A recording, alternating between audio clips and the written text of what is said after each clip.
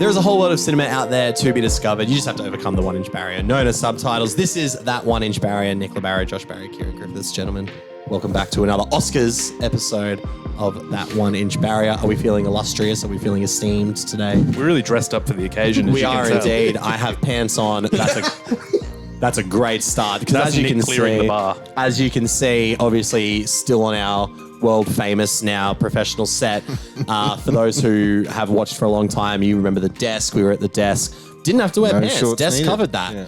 Unfortunately, now I've got to wear pants to work. Got rid of the safety blanket of the desk. But this episode, we're getting quite topical in terms of this is the most recent Oscar winner that we've covered on the show. Absolutely.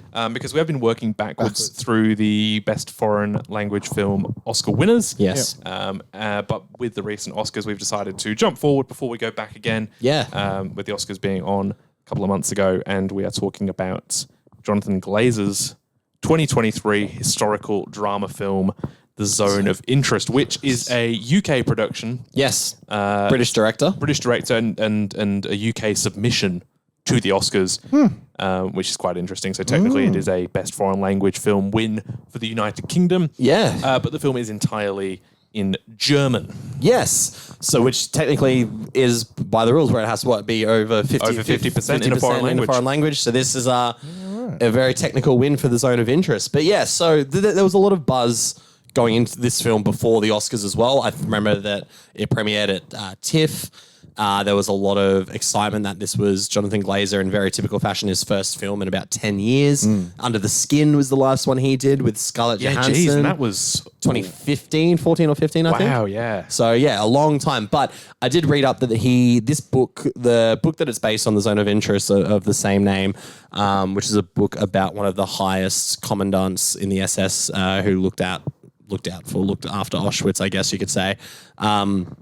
The book came out in 2016 and was optioned by Glazer as soon as he read it, and he's basically been working on this film for the last 6 or 7 years. So this has been in very much a Jonathan Glazer way, a passion project, I guess, for him as well. Before we go into Zone of Interest as well, we'll just talk about Jonathan Glazer, I guess, and sort of his. I've seen Under the Skin. Yep. That's it. But he's done things like Birth with Nicole Kidman as well. Yeah, What's sort of I've seen our I think it's just Under the Skin? Have you This is my first Jonathan Wow. Glazer film. Oh, I wow. haven't seen Under the Skin Do you want to know because I something went, funny? looks This weird. is not the weirdest film in his filmography. Yeah. That doesn't surprise me because I looked at Under the Skin and went, that looks weird, and it's not worth putting up with that much weirdness to see Scarlett Johansson naked. See. So I didn't watch it. Yeah, fair point, actually. is He was weird. the director who got ScarJo naked. Yeah. So, and as we learned in our Dogtooth episode, as we learned in other episodes, weird has to be very good for you to very much appreciate it. Where Josh and I were just like, how fucked hang up on. can you get? He did Sexy Beast. He did do Sexy Beasts, yes. That's on my list as You well. haven't seen that? No, but I know it's meant to be very, very good. Quite but again, good. a big That's gap a great- between films because Sexy Huge. Beast was about 2000, I want to say. 2000-ish. I think Birth was 2004. 2000, And yeah. then there was another 10 years. So he's and going- he's done like music videos and stuff Yeah. in between. But yeah, he's very Birth much was a... 2000. He's going for that Todd Field. Yeah, selective. He wants to make something that's really worth making. I just watched this short film Fall. that he did in 2019. Wow. If you can, it is on Mubi. Okay. But if you can get to can watch find it, it. it's 7 minutes. Okay. And it's really cool, Glazer. Yes. I highly recommend that. Which we'll definitely be talking about. Because Fall. Glazer, as just a general a term, a verb, so to say, is very much an aspect of his. There's a Glazer sort of filmmaking Yes. style. Yeah. And Zone of Interest does not escape that. But the synopsis of Zone of Interest, it follows Auschwitz commandant, Rudolf Hoss and his wife Hedwig as they strive to build their dream life for their family in the house and garden behind the camp being Auschwitz. So this is a Holocaust film, obviously taking place in World War II. One of the biggest things, because it didn't just win Best International Feature Film, but also won for Best Sound Design. Yeah. And rightfully so. Yeah, I think so. Well, I think so for sure. But Yeah. we all saw it in the cinema, didn't Oh, we? we all did see it in the cinemas. Yes, Yeah. that's very true. Which Yeah. I think that's quite important. I'm so glad I, would agree. saw it in the cinema. I would agree. For the Yeah, sound. I mean, I think it's fair to say that almost all films are better seen in a cinema because that's how they're intended to be seen. yeah. But I think there are films that are good to see in a cinema and then there are films that are essential. Yeah. And this See is it in definitely, cinema. from a technical standpoint, this is definitely won based on that sound design alone because the biggest thing that people will talk about with this film is that despite being a film set during the Holocaust, despite being a film literally set next door to Auschwitz, you do not see any of the atrocities that took place, but you hear them. Yeah. And that's arguably far more terrifying, to be totally honest, because The way this is done, it is. it is, because ultimately for an hour 45, this is a movie about a marriage that might be on the rocks, a husband who, a worker, I guess, who's trying to get a promotion, and his promotion just happens to come through. It's a bit of a family drama. It's a family drama. Ultimately, it is, isn't it? Yeah. That family just happened to be fucking Nazis, Yeah. the scum of the earth, Sharing a wall. sharing a wall with people who are getting slaughtered, gassed, and killed next door. And you hear it, and it's fucking tough watching because Hedwig's biggest problem in this film is the fact that some people are stealing flowers from her garden. Mm-hmm. SS workers are stealing flowers and ruining a bush. Not a euphemism. But I think that's the thing, right? Like, that's her biggest issue. Her biggest issue is that one of the coats she got from one of the dying Jewish people was dirty and it needed to be washed. Yeah. But that's the point of the film, right? Yeah, I mean, people talk about that whole concept of the banality of evil, which has, come up a lot in discussions of the film. And I think, no one's under any illusion, right, that people like Rudolf Hoss, that he knew what he was doing, right? He wasn't like, just following orders, guys. Just like, I don't know what's happening over the wall. Yeah, exactly, right? He's not ignorant to it. In fact, his whole reason, like his whole driving force for the film is that he finds a pattern to make a bigger chamber to kill more Jewish people. Like, that's his whole... He prides himself on that. He's like, he has to travel to be like, I'm pitching this idea where we can get 70,000 more Jews in here. And you kind of go... the nonchalantness of his... It brings it back crazy. to... And this is what really affected me. Was it brings it back to kind of forget what the job is... But it's a job. It's a job. Yeah. It's his job. Yeah. And even as he's leaving home to go to work. To go to work. Yep. And he comes home and enjoys being a commandant of a concentration camp. He comes home and he's got a vodka and a cigar waiting for him, and he stands in his garden and just appreciates. He's like, "Oh, geez, that was a Tough big day at work. Tough day at work. Hard day in the office." But I think this is very much like, obviously the comparisons are there between something like this and Steven Spielberg's Schindler's List. Sure. Yeah. Right? Because that's probably the most well-known and well-acclaimed film about the Holocaust. Yes, of course. But you compare someone like Rudolf Hoss in this film to Eamon Goth, played by Ray Fiennes, brilliantly. But Eamon Goth is sort of the epitome of outright evil. Yes. He takes, it's that Hans Lander thing, right? Yeah. Takes great pleasure in inflicting suffering on other people. Yeah. He's evil because he enjoys being evil. Yeah. Whereas Rudolf Hoss is undoubtedly evil. Yeah. But like Josh said, it's just, he's a job. It's a job for him, and he just happens to be good at it. He comes home and reads stories to his two daughters to put them to bed at night. You know what I mean? Like, the banality of evil, like you said, that's been brought up so much in conversation, is a good way to describe it. I think it was definitely overused in the Oscar campaign, and everyone's review was like, it's about the banality of evil. Sure. It's more than that, though. It's like that is a part of the film, and I think it's supposed to make you very fucking angry as you're watching it, for sure.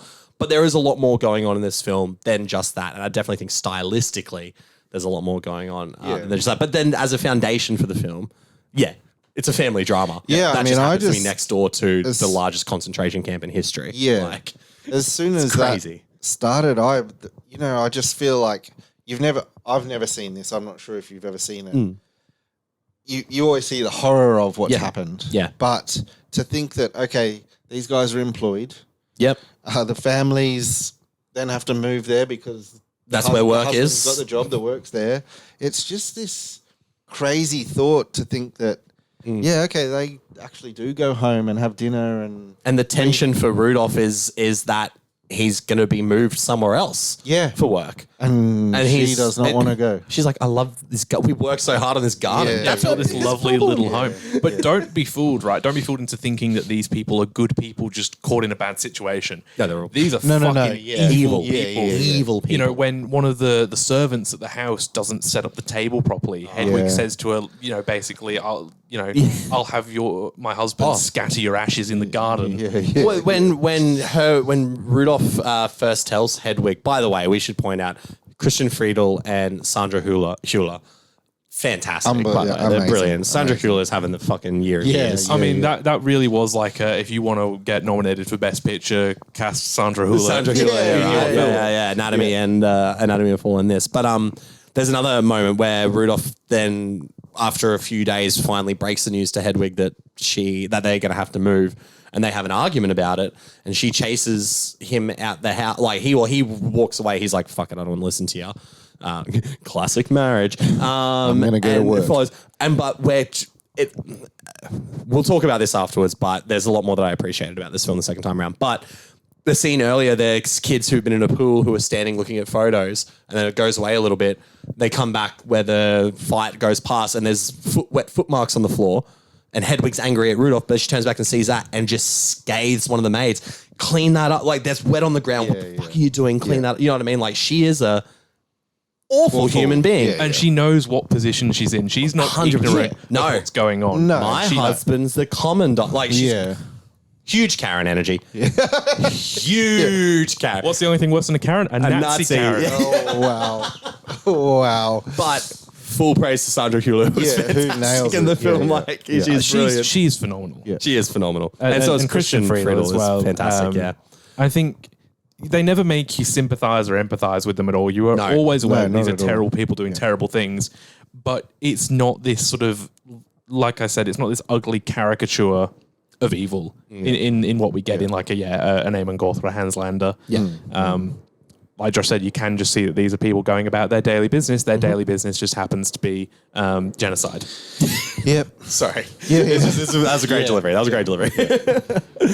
It's fucked. It is. But that's the foundation of the story as well. And I think that it's very impactful in that way, in the sense of that as this family drama is happening, you hear atrocities. You hear people screaming.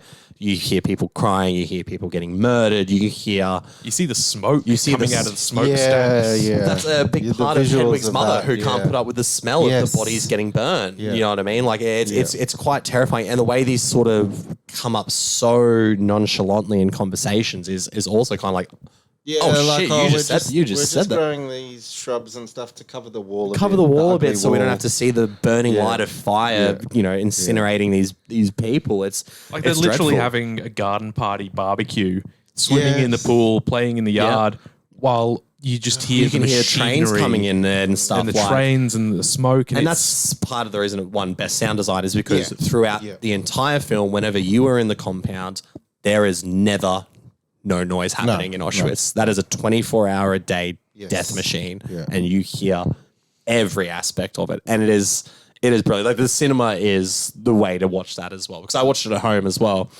and I don't have a great sound setup, but like through the soundbar, that was the one thing I noticed, is that that soundbar was getting worked overtime of just every sound coming out of Auschwitz. So from a technical perspective as well, that sound is absolutely fantastic. Well deserved of that win. Yeah, 100%. I think it's stylized and very deliberately so, but without it impacting the message and the themes of the film. It is, it's shot in a way that's very distinct and very deliberate. And I mean, getting into the way it was filmed, obviously they planted cameras around the house. And Glazer referred to it as Big Brother in the Nazi house. So they had cameras set up in the house that were rolling constantly, that the actors didn't really, they were aware that there were cameras, but they didn't know where and when they were filming and things. So they just let the characters go about their daily business and improvise scenes. There's scenes of Sandra Hüller's Hedwig trying on clothes in front of the mirror, clothes that belonged to now dead Jewish people. And I think it really adds to that kind of fly on the wall element of it, in that we are just passengers witnessing these terrible things happening. That's crazy, that bit as well. That's where you see a big bit of her true evil. I mean, to her, that's a perk of the job. Of her husband's It honestly job. is, yeah. The perk is that she gets to get first dibs on the good fur coats and the jewelry. And then what does she do with the rest of it? She throws it on a table and goes, "You can choose," to the mates. You can choose what you want out of this. Yeah. Fuck, she's a bitch. Yeah. She's so good at it though. She's my very God. good at it. Yeah. And for that reason as well, the way it was set up, like they had all these cameras in the house, and then I heard in an interview, Jonathan Glazer was like, we were just basically in a shipping container. We could see every camera, and we were kind of editing it as we were going. And he would just radio in and be like, "Hey, we'll just do that bit again, or do this bit again." Imagine the freedom as an actor for that as well. That would be awesome. But the biggest thing that stood out to me on both watches was how flawless the editing is. Yeah. People transitioning into different rooms, how true. conversations transition. Yeah. It's fantastic. On so many technical filmmaking levels, this movie is brilliant. It really is. It is a masterpiece of filmmaking. So it's emotionally affecting. Technically, it's quite incredible. Where did it go wrong for my first viewing? For your first viewing? I did not. I did not like it as much as everyone else did on my first viewing. No. I will say I liked it a lot more this time around. I was definitely in a better headspace. Like I was fucking exhausted when I first saw this. You're gonna have to. That's you got to be in the mood. You're gonna have to be in the mood for it. This is like an 8:00 session on a Saturday night where I was like, it's and big you're, week, and you're punching out some movies. I'm punching. Hey, I don't know if you guys know this. I watch a few movies.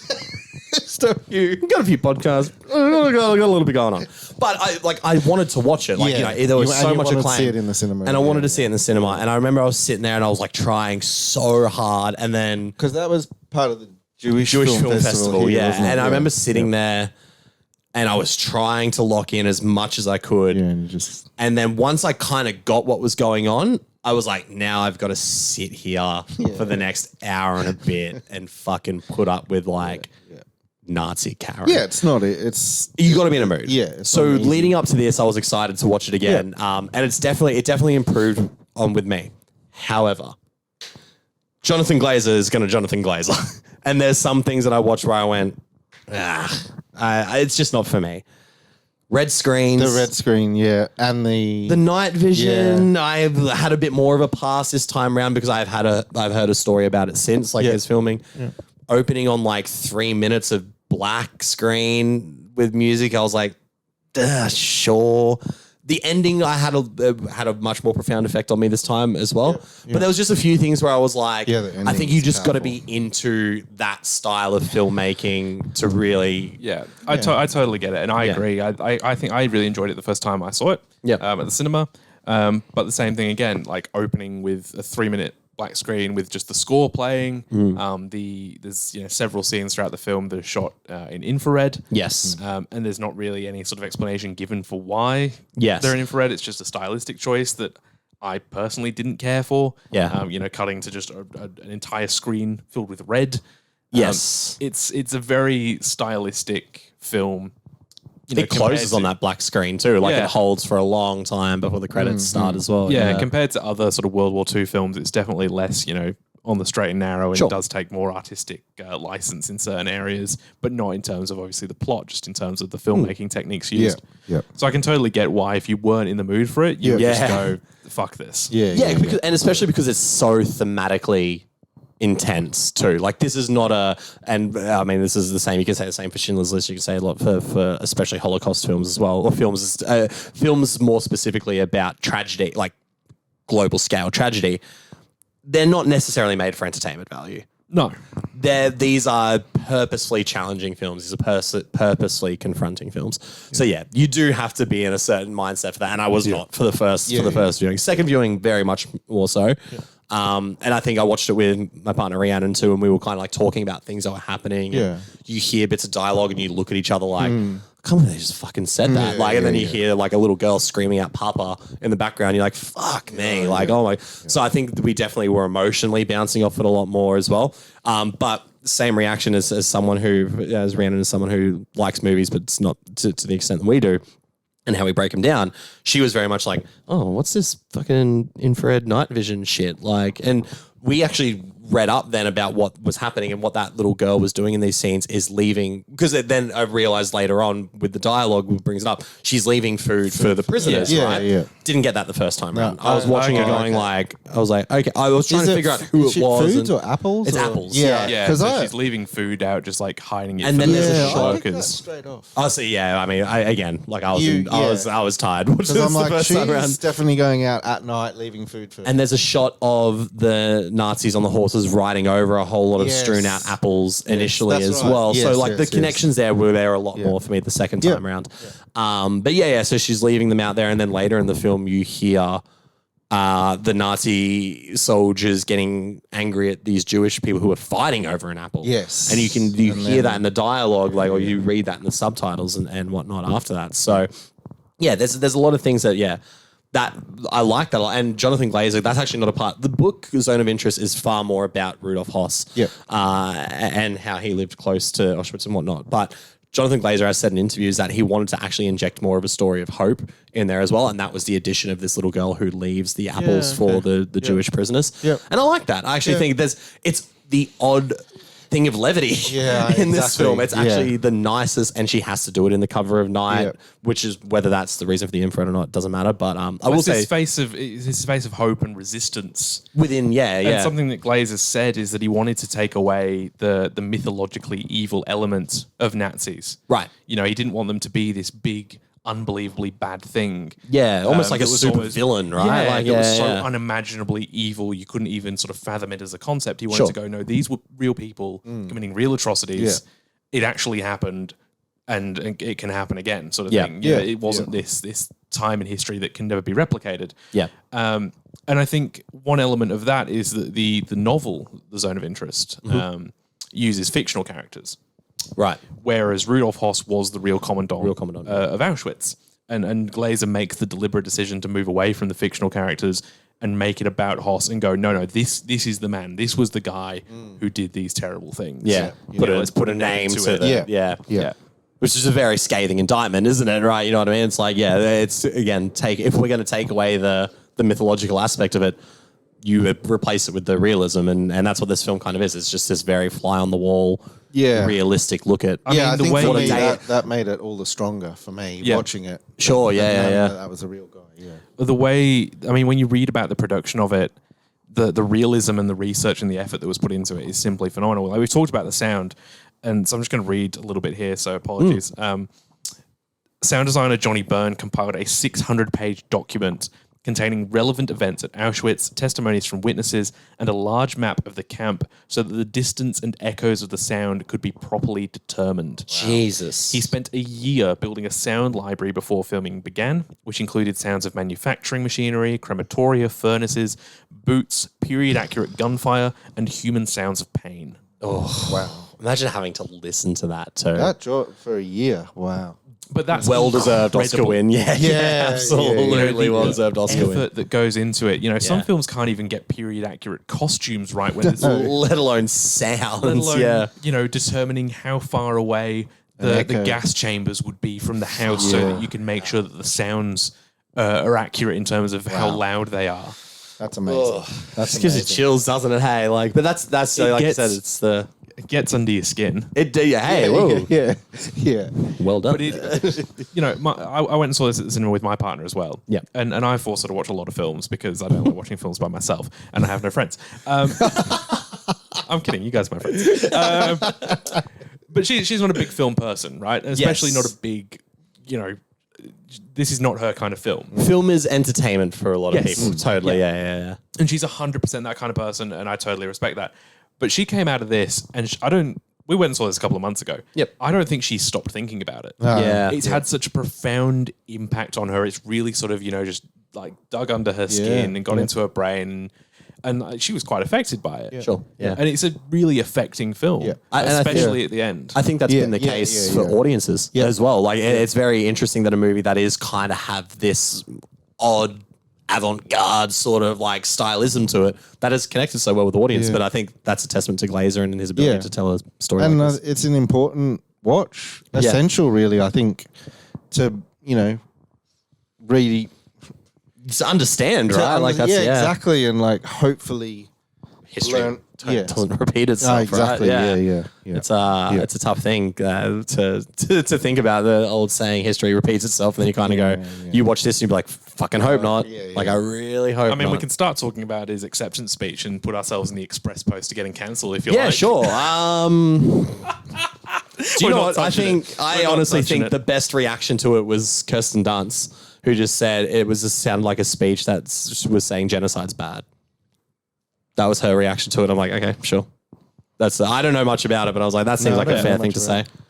Jonathan Glazer's acceptance speech. At the Oscars. He basically came out and, without explicitly saying it, condemned the Israeli invasion of Gaza. Oh, right. Okay. And said that, we're on track to witness another genocide in our lifetime. So he was, which people weirdly took offense to. Yeah. Oh, look, I mean, this is at the moment, a very hostile topic at the moment. And it's very much one where it's like, no matter what side you're on, there's somehow a bad side. Yeah. Whereas, I think, Kirsten Dunst's reaction to it was basically like the speech sounded like he was just saying genocide's bad. Don't do it. And I think that's fair. I think that just should be the takeaway in general. That shouldn't be a controversial I think was the controversy. Like, this is just me. I'm not needing an answer. I think was a controversy because he's made a film that was about the extermination of Jewish people, and then condemning the fact that there was a Jewish Israeli invasion on a holy site. So he said, it's like were people just calling him a hypocrite or something? Is that? So he said in his speech, right now we stand here as men who refute their Jewishness and the Holocaust being hijacked by an occupation which has led to conflict for so many innocent people. Sure. He expressed criticism as a Jewish person. So that's the thing as well. Jonathan Glazer is Jewish. Yeah, sure. By referring to the dehumanization of both the victims of the October the 7th in Israel and the ongoing attack in Gaza. So let me make a comparison that's still kind of like in the wheelhouse, but like on a far less smaller scale. It's like a Christian person saying what, like, all the shit that happened behind the scenes at Hillsong was bad. You're not denouncing your faith, but you're saying the people who represent your faith are doing something bad. I think in a way, he's saying, he's not refuting his Jewishness. Yeah. He's saying that he doesn't His like religion's that his more Jewishness is being hijacked. Yeah. His faith is more important than religion to him, in a way, right? Yeah. So, but this isn't a politics podcast. No. We are definitely not qualified to talk about cancelled. Religion's bad. Faith is all right. Religion's bad. The institution of church is fucking dreadful. Nick would know he went to a religious school. This is coming from an ex-religious man. Church, shit. Community, good. Church, bad. Holocaust, very bad. Holocaust, super bad. Very, like, not arguably, the film super bad. That's really good. Super bad. Great movie. We won them back. Well done, guys. Well done. Jonah Hill, questionable. Potentially Jewish. Well done. Cancelled, uncancelled, cancelled within the space of 30 seconds.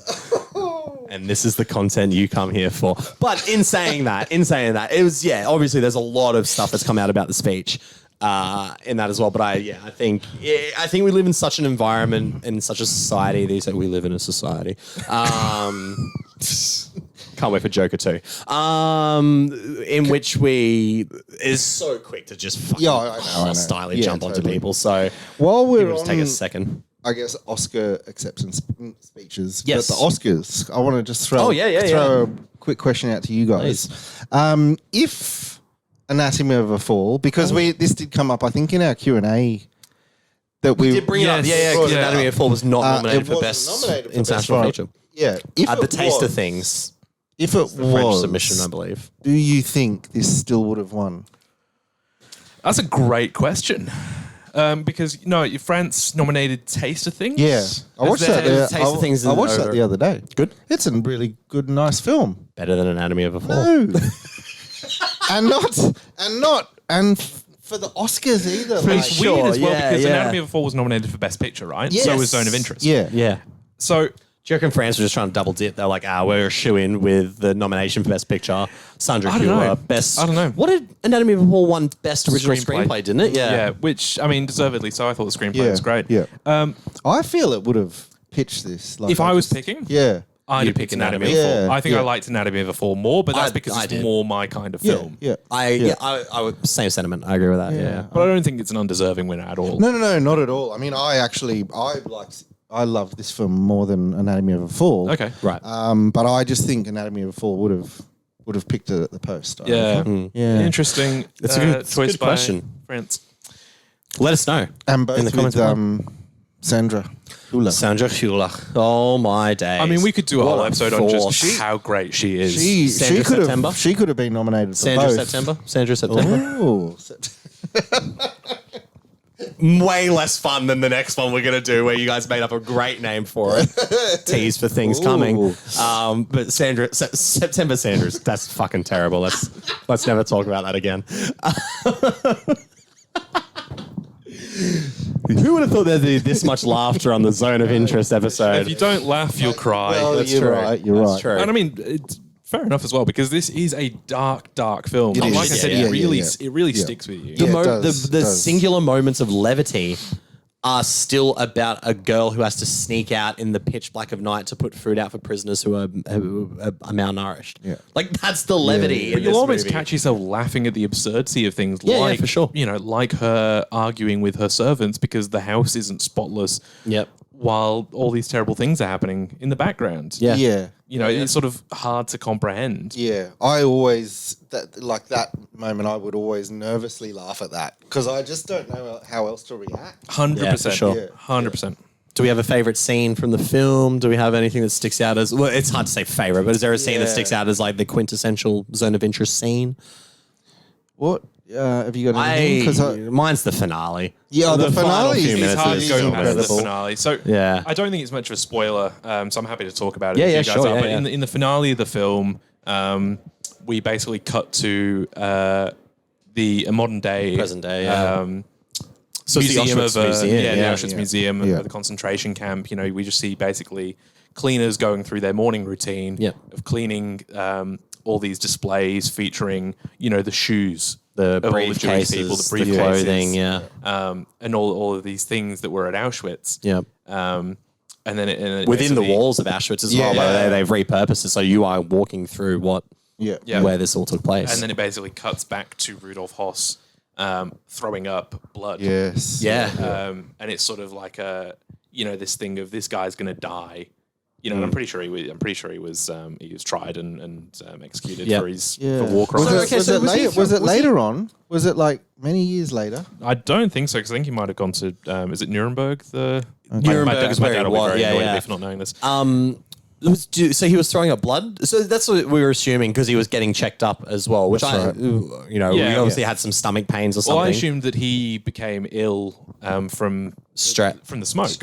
Yeah. Okay, great point. Yeah, You know, yeah, which is why the grandmother It's so quick to Hedwig's get out mum of there. left, because she was like, I'm inhaling people fumes. You're just like fucking see ya. I hate hearing and seeing it at night. No, okay, so Nick, fair if you enough. want to That's just quite talk more interesting. about the ending while I look up what happened to Yeah, Rudolph yeah. Hoss. So, but it's quite interesting because after he sort of throws up the blood as well. yeah, died 40. What I love the visual aspect of this is his literal descent into darkness. Yeah. Every floor of floor of this building he's walking down is just getting darker and darker. Yeah. He looks down. I love the transition from he looks down into this pitch black dark hallway and he stares down into it. And then that's when it cuts to the shot of the door of the Auschwitz Museum opening. Yeah, that's and a it's good- kind of it's just this thing of looking like, for me, I actually didn't realize he was throwing up blood. I thought there was just this one point of like, oh, this is actually the scale of what I've done. Because he says something to me that was very telling. He calls Hedwig just before this scene. And he's like, yeah, I was at this party and it was celebrating all these things we've done as the Nazis. And I stood in the room and I stood on a balcony above everyone and all I could think about was how quick I could kill everyone in this room. Yeah. Like, that's fucked. Yeah. That's fucked. So there was a part of me that thought maybe him walking down maybe that was just a bodily reaction of like, who have I become? Like, Well, I think it's both, right? Yeah, I think it's both him trying to vomit out this evil. yeah. Also him being sick. Yeah, like and then quite- also this is your own doing, right? Yeah. It's like, this is the karma but of it also all, right? him, I think, intertwining it with the scenes of Auschwitz in the modern day. Sure. It's kind of him vomiting at the thought of like, We lose. you lost. Yeah. So- shit. Yeah. So Rudolf Hoss was tried at Nuremberg along with a lot of high-ranking Nazis. Good. And then he was hanged Good. in April of 1947. And Fuck. At the request of former Auschwitz prisoners, the execution was carried out in Auschwitz. Yeah, that's how good's that? So Fucking get some, Hoss, you dick. something interesting here that I'm reading. Fucking asshole. And I think when you hear this, you'll think, wow, Christian Friedel did a great job of portraying. By the way, he's brilliant. So after discussions with Hoss during the Nuremberg trials at which he testified, the American military psychologist Gustav Gilbert wrote the following. In all of the discussions, Hoss is quite matter-of-fact and apathetic, shows some belated interest in the enormity of his crime, but gives the impression that it never would have occurred to him if somebody hadn't asked him. There is too much apathy to leave any suggestion of remorse, and even the prospect of hanging does not unduly stress him. One gets the general impression of a man who is intellectually normal, but with the schizoid apathy, insensitivity, and lack of empathy that could hardly be more extreme in a frank psychotic. Wow. So he was just a killer. He was a stone cold serial killer. But didn't take any enjoyment or satisfaction in it. It was literally just my job is to commit and I'm genocide. Do it well. Like that's his whole and thing. I think like, Christian Friedel does a great job. Job. If you've seen Christian Friedel in any interviews or like any of the Oscar red carpet stuff, he is so lovely. He is soft-spoken. He is timid. Yeah. He even comes across as a little bit nervous as well because, like, you know, this is huge for him. This is his breakout. Yeah. Like, Hollywood breakout role, right? Yeah, Oscar. Fuck, what a performance. Yeah. Oh, he's incredible. Yeah. But what an infuriating movie and what an infuriating character. And intentionally so. Yeah. Intentionally so. Like, it is just brilliant. Bringing it back to some of the other infamous Nazis that we've seen in cinema. Yeah. I think you compare that again to Hans Lander and Christoph Waltz and what a warm and lovely guy he comes across as. And just that scene of Inglourious, the opening scene of Inglourious Bastards, right? Yeah. That's everything you need to know about that. And Ray Fiennes as Eamon Goth. That's like you said, those are such theatrical portrayals as well. Like they're scary, they're horrifying. To me, there's something scarier about this dude. Yeah. I think it's because there's nothing unpredictable about this guy. Of evil, right? In those other films, whereas this, it is that evil that you know. It's fun. It's not fun. It's fun actually. Like when you watch someone like Hans Lander, right? There's an enjoyment aspect to that performance, right? Because there's an unpredictability of like when he's going to be a psycho and he's not going to be a psycho. The fact that there's no unpredictability for who Rudolf Hoss is, to me, is more terrifying. Even once in the film, him and Hedwig have like an occasional, like their heated argument is more her anyway. But he's not violent towards anyone really in the film. He doesn't raise his voice. He's just direct. Like the most direct thing I remember is when the prostitute walks into his office and he just goes, sit. Like that to me was like the most direct thing. Well, not even a prostitute. It might not even a prostitute. I'm pretty sure it was a Jewish woman. Interesting. Oh, that's why he wipes down his dick later on. Like furiously cleaning himself afterwards. Yeah. That's like, they're good enough. They're good enough for me to. You know what's weird? I did think about that too when Hedwig puts the lipstick on. Yeah. And I was like, does she know that a Jewish woman has done it before this? Like, is she? Yeah. But it's funny, the blind eye that you can turn to be like, well, I like this lipstick. Yeah. Even though a Jewish woman's used it, well, that's all right. It's a nice lipstick. Yeah. They've worn these clothes. That's all right. It's nice. That's right. That's right. It's like, they're the double fine enough to have sex with, but. Yeah, but I'm going to kill them still. They deserve to. Interesting. If that was a Jewish woman, that's very interesting. Definitely you got the vibe from that? Yeah. The scene afterwards. And like the fact that he went down into like he goes into like tunnels a under the house. Yeah. With all these tunnels underneath the fucking loser. You fucking get him, Nick. Yeah, fuck this guy, it's dude. It's about time the Nazis got called out. I'm glad someone's doing it. These motherfuckers. I'm glad we have They've had a free ride for too fucking long. Just makes me so mad. Yeah. But yeah, it's hard to choose between the two leads. Who we think the best? Like they're both fantastic. Just back to the favorite scene thing. Other than the ending, the scene where Rudolph and his children are like playing in the river. Oh yeah, that's crazy. And then you just see this sort of wave of grey and brown rushing through the river. Yeah. And it's obviously all of the ashes that are getting washed down the river, and he picks out a jawbone. Jawbone's fucked. Then he sprints out. And then another thing of that scene, I remember, he's running barefoot on rocks too. So you kind of like, that's the desperation of wanting to get his daughters out of the water. And it's like, is it that he doesn't want them to be in the water with like ashes, or is it because they're Jewish. Yeah, you don't. You don't know. Yeah, there's so many scenes like that in the film. A scene that really hit me and stuck with me was the one where he's kind of like a sales rep for the new machine. Yeah. Yes. It's the big meeting room. Yeah. And the way he is just a salesman. Yeah. Selling this piece of equipment. It's so fun. It's like it's astonishing, isn't it? Yeah. And like talking about the benefits of this machine, and it was a real like you're selling a fridge. Yeah, like honestly, yeah. Like he's going on about the technical specs of this mass murdering machine, right? Like, but that's it. Like you talk about like, oh, you can fit 100 beers in this fridge. Yeah. He's just going, you can fit 100 more Jewish people. It's that in meme, here. right? You can fit so many, like the car exactly. salesman. Literally, You can fit so many Jewish people in this bad boy. Yeah, it was exactly. like It's fucked. Like it's again the nonchalantness of it is so, and that's what I think. I think the finale is my favorite scene, but it's that line beforehand where he goes like, "I was just up there thinking about how quickly I could kill these people." Yeah, it's literally a party. Celebrating his work, and he's just so much so that they name this machine after him, or they name the operation of bringing more Jewish people in after him. Yeah, so the operation that allows Hoss to go back to Auschwitz and being named after him is an operation that will transport 700,000 Hungarian Jews to work or be killed. So fast. It's just, and I mean, I know it's not like it's not a shock, right? We know what happened in World War II. We know what happened with the Holocaust. But 700,000 people is just such an unfathomable number. Amount of people, If you're putting it into like terms trying to understand, imagine going to Suncorp Stadium and it sells out more than 10 times over. And that's just how many they're getting to this one camp. Yeah. It was 6 million people. Six or 7 million, yeah. Unfathomable.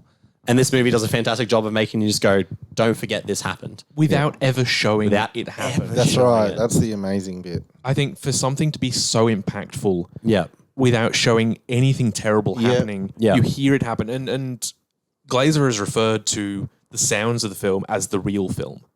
Yeah. This is like that. This is the other film. Yeah. The real film is what's happening off screen. Yeah. What's happening behind the walls.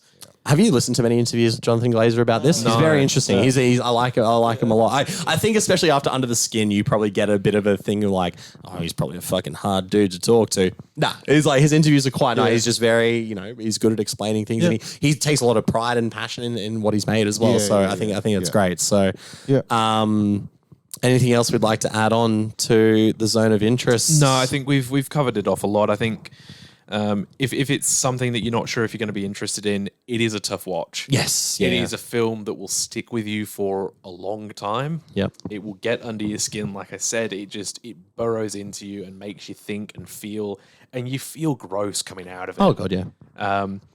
But I think it's a really important film. I think it's a really powerful, impactful film. The performances are amazing, as we've touched on, especially Christian Friedel and Sandra Hüller. Yeah. I think it's shot beautifully, and the sound probably one of the most deserving sound Oscars in recent memory. Probably ever, to be honest. To be totally honest with you, the amount of dedication that went into it. I think deserving of the Oscar as well. Yeah, like we said, like we really totally, talked about. Like I think it definitely wasn't a shock win. Like you kind of go, okay, that definitely deserves it. Yep. You got to be in the right mindset for it, as we'll find out when we give our scores in a second. You do have to be in the right mindset for it. Because, like Kieran was saying, it's not an easy watch at all. But masterfully put together. If people threw around the word masterpiece, would you say this is worthy of that acclaim? Maybe not personally, but just in... I think so. Yep. I think so. I think there's an argument to be made. Yeah. Objectively, it could yes. be, I think for me, I probably wouldn't Yes. call it a masterpiece. It's not one of my favorite films or anything like that. But I think if you're talking about objective filmmaking and the importance of art, and I mean, art should challenge, right? Art should provoke, and it should make you feel things. And that ticks all these boxes. It makes you think, it makes you feel, it is confronting. And I think Glazer as a filmmaker, from what I know and what I've seen, is a filmmaker who likes to use art for that purpose. 100%. Should we look at star ratings? What do we give the star ratings? I won't go first. I'm very curious to hear, Nick, what you gave it the first time around and what you gave it after a rewatch. So I went 3.5 the first time around. Like I said, it was one that once in that frame of mind, in the mood I was in, how tired I was that night. Yeah. Once I got what the movie was doing, I then struggled to stay with it because I was kind of like, I get it, but there's so much more happening, and it's a film that just sort of compounds on itself as time goes on. And then I missed one of the best lines of the movie where he just talks about, like I said, the best line to encapsulate everything about Rudolf Hoss, which was, how quick can I kill this room of people? So 3.5 the first time. Set around 4. Yep. Definitely a 4-star movie for me. Yep. I think I just struggled with some of the Jonathan Glazerisms of it. I think they definitely took me out of the film more than it enhanced anything for me. But in saying that, that is 10% of the film. If that. And the rest of the 90% is fantastic. Script is brilliant. The editing is fantastic. The performances are outstanding. Like it's a 4, could be creeping up a little bit over time. Yeah, I mean, I can see how that's some people would not like those bits. I think after Under the Skin, which I wasn't a big fan of, this was much more obviously grounded and not a bit more palatable. It's very accessible. So even to me, I guess going in thinking about that movie, when those things started showing up, I was on board with it. I left the cinema pretty speechless. I remember talking to you about them afterwards. And just in the cinema, the sound, that ending. Yeah. Was it pretty busy, your session? You were, It was. It was like one of the only. Really, it was one of the only sessions that happened in 2023 because it was actually a 2024 release in cinemas here in Australia. It was one of the. It was at like the only Jewish two, I Film think. Festival, and I think that was the first screening they did. It was pretty full. 4.5 stars for me. Nice. Masterpiece could definitely be thrown around. There we go. I've only watched it that once, so I'll be interested to go see. Back and but at home. I went with a 4. I think much like Nick, I probably wasn't in the exact right headspace to watch it initially.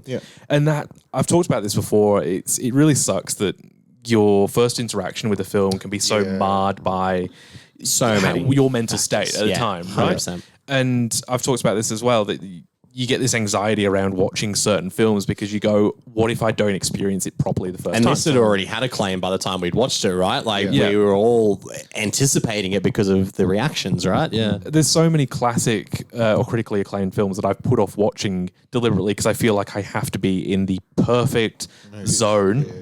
Say a zone of interest, perhaps. To watch it, right? And so I feel like I'm really keen to rewatch it. I've only seen it the once. I didn't rewatch it before we did this episode, but I'm really keen to rewatch it, and I feel like it can definitely go up to a 4.5. And same for Anatomy of a Fall. You know, which I think that's a film that I probably didn't see in the right mood, but has really stayed with me, much like this. Like Nick said, the Glazerisms are probably the thing that put me off because it is a little bit weird. If I read up something that explains the choice of the infrared, maybe. I like having things explained to me. I like mystery when it suits, but that just feels to me like, why? Yes, for sure. And I can't sort of come to my own conclusion about why. I do remember being in the cinema, and when that first black screen happens for 3 minutes, my initial thought was, oh, fuck. I was like, here we go. This is what I'm in for. I remember being like that. That's not going to... I was like, shit. Not giving you a good leg up. This? No. I was like, am I about to watch literally like 90 minutes of black screen and just hear atrocities? I'm like, I'm sure it would be a fantastic experience. But yeah, at that time, I was very much like, but I think being prepared for it the second time around helped a lot more. And when I did kind of go zone out of those moments, what does zone pun say? Well, this is a great episode for that. It did make me actually kind of hyper focus more on everything else that was happening. And I picked up on more lines of dialogue, and I picked up on more sounds, and I picked on more little, setups for things that do pay off later. So I think a second watch is kind of necessary as well. But yeah, it's all around. It is a fantastic film. Yeah, and I think it's definitely one that we'd all very strongly, wholeheartedly recommend. Oh, absolutely, absolutely, yeah. Just, I want to leave you with some reactions from other filmmakers. Oh, yes, please, yeah. So Eli Roth, what did he say? Just gonna shit talk Eli Roth. Lynch. Not enough murder. Favorite comedy. That does seem like something David Lynch would do. My favorite comedy since Dogtooth. Yeah, that's right. Oh god. Sorry. Oh, fuck. David, Oh, no, God. David never fails to amuse. So Steven Spielberg said The Zone of Interest was the best film about the Holocaust since Schindler's List. No, did he actually say that? He did. Wow. I mean, he's fucking Spielberg. He can get away with it, can't he? But he said it's doing a lot of good work in raising awareness, especially about the banality of evil. Sure. Alfonso Cuarón, friend of the show, Yes. described The Zone of Interest as probably the most important film in this century. Wow. So it's high praise coming from a very good director. Yeah, from a fantastic director. It's important to look back at this. Yeah, I think it's I think essential. Yeah, I do. I agree. And finally, in a essay for Variety, expressing his admiration for the film, Todd Field, My best friend. Todd Field, Tar director. Oh, yeah, my best friend. Love that guy. You good friends, Todd Field. Oh, I fucking love Todd Field. He's a big fan of his What did he films. have to say? He said, for those familiar with Glazer's films, it's no surprise his approach here is unencumbered by tropes, genre conceits, or the cinematic shorthand we often take for granted. Over his 24-year career as one of our finest filmmakers, Glazer has consistently executed high-wire interpretations of genre and in the process completely reinvented them. His pictures within these frames are mind-blowingly unique, as if he'd never seen anything that had been done before. The Zone of Interest is just as enigmatic and urgent, for we live in a time fraught with all kinds of walls used to ghettoize the other, a paradise from which it feels harder and harder to escape. Glazer's art drives us to a place where we have no choice but to try. What have you got to say about that, Nick? If there's a man who loves that the guy. sound of their voice more Yeah, than I me, was just thinking that. it's Todd fucking Field. I like the bit about Glazer, like he'd not seen anything before and being totally unique. His approach is super unique. yeah. It for is sure. like a film made by a man who's never watched a film, Yeah. but in a good way. Yeah, totally. yeah, The bad way is Tommy Wiseau, Yeah. who is a man who's never seen a film before making a film. The issue with Tommy is that he'd seen too many films and he wanted to make them all in one. No, I get, like, I think about 50% of what Todd just said there actually makes sense.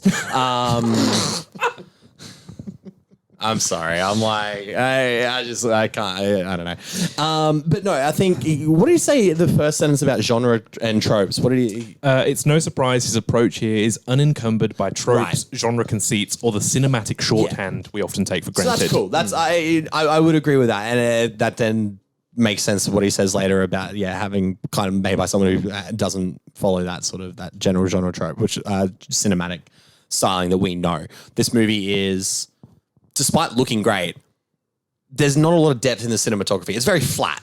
It's a very flat looking movie, and very intentionally. Like I said, it's that big brother in a Nazi house. I right? feel like, to get into some of the technical camera stuff, I feel like it was shot on a pretty open, pretty closed down aperture. So it's there's not a lot of depth of field separation. Yes. There's that very sort of like televisual quality of it where everything's in focus. Yeah. So you don't have that kind of nice blurry background that you think of in cinematic shots. And everything's works. very in focus. The color palette is very flat. Yes, it very is. muted. It's like someone turned the saturation down on your TV. Yeah. But that's very deliberate. It gives it this very ugly, stylized look. Yeah. And it's the difference between having these static shots follow someone room to room, as opposed to someone like Scorsese have the camera follow someone, or Spielberg have the camera follow someone. It doesn't feel overtly cinematic. Cinematic is 100%. But that's not to say that it's not deliberately stylized. Yeah. Oh no, totally. Yes, Yeah, I would agree. Yeah. So, Mr. Field, I agree with you on that. What? Still hates his films though. How many of did not the like other Tar. nominated films did you guys see? So What I've else did we have seen- that year? Perfect Days. Yep. I've still not seen it. Liked it, didn't love it. So Perfect Days, I saw recently. Yeah, I have not stopped thinking about the film. I have Yeah. not stopped Pretty thinking about the much atmosphere of that Every movie. day I think of it. I think about the soundtrack of that movie So a that's lot a too. feel like Japanese film By Wim directed Wenders. by Wim Wenders, Yeah. German director. Yeah. German director, So a British director making a German film. A German Making a we just Japanese need film. Ryusuke Hamaguchi to come out and make a British film. Yeah, then the can- circle's complete. And then we've basically solved racism. I think it's an incredible film. I think It's literally about a guy who cleans toilets. toilets. Yeah. I would say just It's like a about his slice of life type day-to-day. thing. Yeah. Yeah. the atmosphere of that movie is what I yeah. haven't forgotten. Like it's actually quite a nice. It's just a nice movie. It's really nice. Great soundtrack. Society of Snow. Of the I Snow. still haven't seen it. Was Still actually haven't talking seen it, about but I've heard people boys. rave I've heard about it's it. great. You guys Yeah, need yeah. to watch that. It's on Netflix. Io Capitano. Io Capitano. I've only just recently seen it. Yeah, really I enjoyed did it. as well. Really enjoyed it. Yeah, that's a kind really of gave me strong City film. of God vibes. Yeah, yes. very much so. Well, yeah. that's convinced me that I need to watch it, if nothing else. I haven't seen The Teacher's Lounge. Neither have I. Actually, it's getting No. a cinema release here in Australia. So Awesome. Yeah, cool. I was not that I've seen it, but just based on people's reactions, I was surprised not to see Fallen Leaves nominated Yes. for Best International Feature, yeah. which I think was that would have been Finnish, I wanna nice. say. Yeah, to finish. Yep. Yep. I would say though that Zone of Interest out of the three that I've seen is the best out of the three that I've seen. But Yeah, you'd have yeah, gone yeah. Anatomy of a Fall had it been nominated. Yeah, because I liked Anatomy of a Fall more. Yeah. Yep. Yeah, cool. Okay. There we go. Zone of Interest, 2023 Oscar winner for Best International Feature Film, which means we now got to go back on track. And this is I'm the excited. one. This is the one. I think this is the most excited I've been. Hot for off one. I think it is. hot off of March Madness. Yeah. We couldn't let the man slip away that easy. And funnily enough, the one movie when someone saw on my letterbox, actually fan of the show, Ashley, saw that I put Zone of Interest on there for that 1 inch barrier. And then the first comment was, but when are you going to do another round? Here we go. Which we all love this movie. But Yep. will we love it on a rewatch? Could this be another Drive My Car situation? Possibly. Where it goes down? Possibly. I doubt it. It's Matt so, not Mikkelsen. for I me. fucking So, doubt it. 2020 film, 2021 Oscars winner. Oscar winner, yep. Starring Mads Mikkelsen, directed by Thomas Vinterberg. So returning director, returning actor on the show. Yeah, first time we've done a same director twice. Yeah. So I mean, cool. deservedly And so. no better person to do it for. I think we both. We all loved The Hunt. Yes. I think we all loved Another Round Another when we Round. first saw it. Yes. So yeah, Well, this will very be our excited for that second, episode. just our second watch Second as watch well. for me, Yeah. Yeah, I've not seen it since it Since first it came out. Same. So I'm excited. Yeah. So that's our Cool. next Oscar. That's the Oscar one. What's 3 months' time or something? Yeah, keep an eye out for that. Keep an eye out for that one. 3 episodes time. In case you missed the announcement in our last episode, our next film from our picks, Josh, will be What did I? Wild Tales. Gold. I thought I gave you enough lead-in time to remember the title. I was there, but joking. Argentinian anthology. Argentinian 6-story. 6 stories in one film. Yeah. Knock him out. I'm 6 in one excited. go. There's especially one short film in that. You've seen it? Yeah. Okay, yeah. That I'm really excited for you Okay. guys to see. Yeah. All right. Well, until then, all of our social links are in the description below. If you want to follow us on our personal Instagrams or follow our Letterboxd accounts, you can. But the main one, that 1 inch barrier on Instagram, make sure you're following that. Make sure you subscribe to YouTube if you haven't. Like on the video, let us know what you thought of this year's international feature Oscar nominees and winners were. Did the Zone of Interest pique your interest, so to say? And if you're listening, thank you all for listening. Spotify, Apple Podcasts, Google Podcasts, wherever you're listening, make sure you rate and subscribe to that channel there. Until next time, no funny sign off because this movie made me sad. So we'll see you in the next episode. Bye.